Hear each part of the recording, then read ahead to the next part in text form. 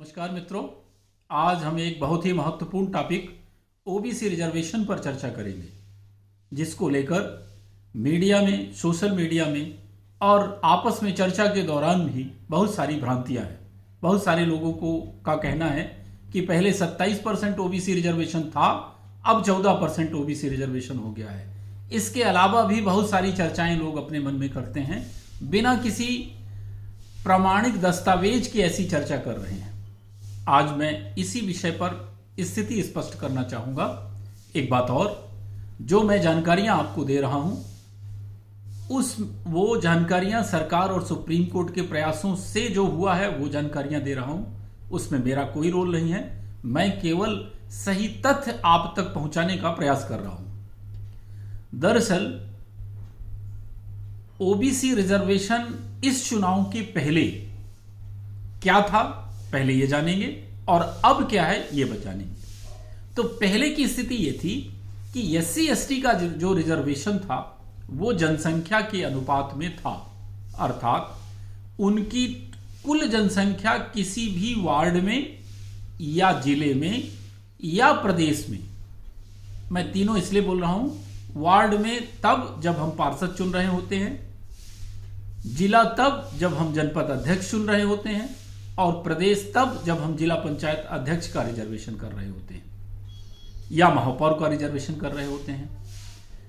तो इन निकायों में एससी एसटी की जितनी टोटल पॉपुलेशन है, मान लीजिए एससी एसटी को मिलाकर टोटल 30% पॉपुलेशन हो रही है और टोटल वार्ड है 50, तो 50 के 30% वार्ड 15 आरक्षित कर दिए जाते थे एससी एसटी के लिए, और फिर ओबीसी के लिए 25% रिजर्वेशन कर दिया जाता था। एक फिक्स था, 25% ही करना है। और यदि किसी वार्ड में या किसी जिले में एससी एसटी की पॉपुलेशन 50% से ज्यादा थी तो फिर ओबीसी को कोई रिजर्वेशन नहीं मिलता था। मतलब पहले मिनिमम रिजर्वेशन 0 था, वो कहां था, जहां एससी एसटी की पॉपुलेशन 50% से ज्यादा थी, और मैक्सिमम रिजर्वेशन कितना था, 25%। अब समझिए इस बार के चुनाव की क्या स्थिति है। बहुत सारे लोग ये कहते हैं कि 27% ओबीसी रिजर्वेशन था। दरअसल आपकी जानकारी के लिए बता दूं, 27% रिजर्वेशन केवल नौकरियों में कमलनाथ सरकार ने किया था। पंचायतों और नगरीय निकायों में 25% ही रिजर्वेशन था, 27 कभी था ही नहीं। पहली गलतफहमी दूर कर लीजिए।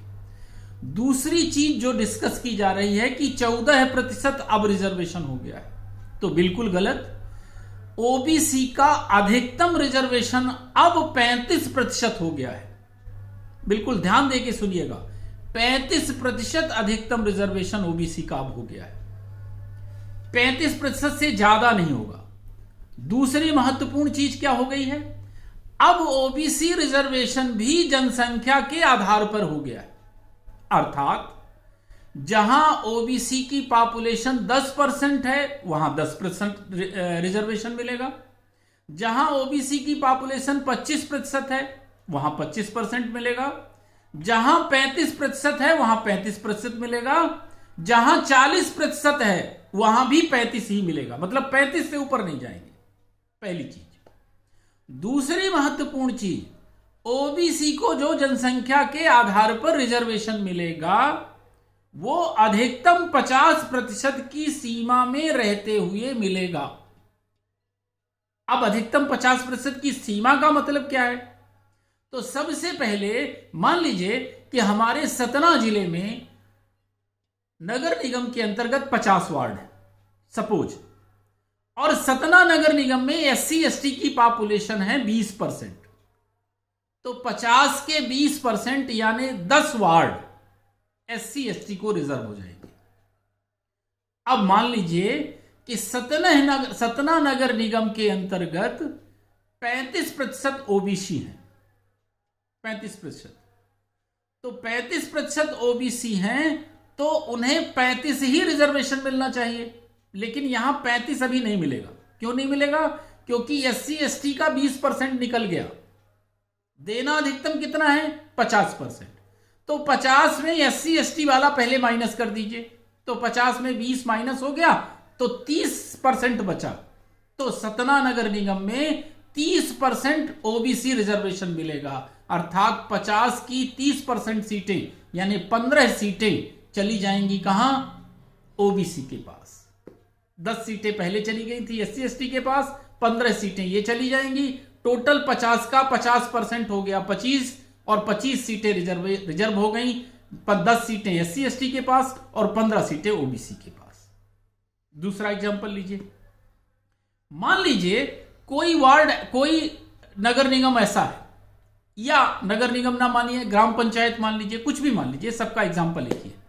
कोई नगर निगम ऐसा है जहां पर एससी एसटी की पॉपुलेशन 15%, तो टोटल की 15% सीटें, मान लीजिए सपोज 60 सीटें हैं टोटल, तो उसका 15% हो गया 9, तो 15 छक्का 90, 9 सीटें एससी एसटी को दे दी गई।